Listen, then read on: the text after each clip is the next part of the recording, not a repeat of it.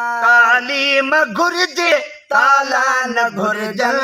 School खोलियो तालीम घुर्जे ताला न घुर्जन स्कूल खोलियो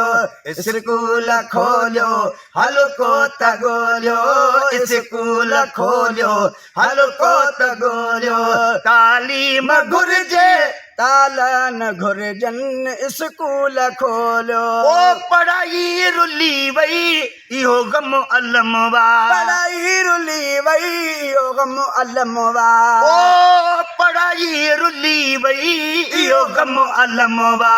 पढ़ाई रुली वई इहो गम अलमवा ओ जन जे हथन में सुहंदो कलमवा ओ जन जे हथन में सुहंदो कलमवा ओ जन जे हथन में सुहंदो कलमवा ओ जन जे हथन में सुहंदो कलमवा तन खे तरारू भाला न घुर्जन स्कूल खोलियो तन खे तरारू भाला न घुर्जन स्कूल खोलियो स्कूल खोलियो हल्को त गोलियो स्कूल खोलियो हल्को त गोलियो तालीम घुर्जे ताला न घुर्जन स्कूल खोलियो ओ अखिटी इल्मवा इहो बि ॾसियो था अखिटी इल्मवा इहो बि ॾसियो था ओ त पोइ रोशनी छो असां खां खसियो था रोशनी छो असां खां खसियो था ओ त पोइ रोशनी छो असां खां खसियो था रोशनी छो असां खां खसियो था केर जंहिंखे उजाला न घुर्जन स्कूल खोलियो सोवा केर जंहिंखे उजाला न घुर्जन स्कूल खोलियो स्कूल खोलियो हल्को त गोलियो स्कूल खोलियो हल्को त गोलियो तालीम घुर्जे ताला न घुर्जन स्कूल खोलियो ओ इल्मी इदारा अञा जे न खुलंदा इल्मी इदारा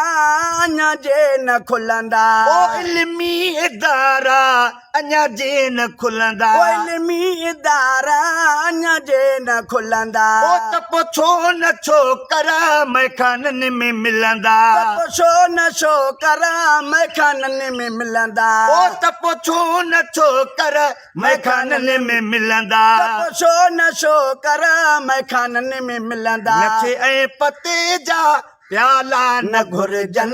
स्कूल खोलियो नशे ऐं पते जा प्याला न घुर्जन स्कूल खोलियो स्कूल खोलियो हल्को त गोलियो स्कूल खोलियो हल्को त गोलियो तालीम घुर्जे ताला न घुर्जन स्कूल खोलियो ओ मिठा पाण मां बि उस्ताद आहियां मिठा पाण मां बि उस्ताद आहियां ओ पर हिन अमल जे हक़ में मनाया पर हिन अमल जे हक़ में मनाया अज़मी अजाया हवाला न घुर्जन स्कूल खोलियो अज़मी अजाया हवाला न घुर्जन स्कूल खोलियो स्कूल खोलियो हल्को त गोलियो स्कूल खोलियो हल्को त गोलियो तालीम घुर्जे ताला न घुर्जन स्कूल खोलियो।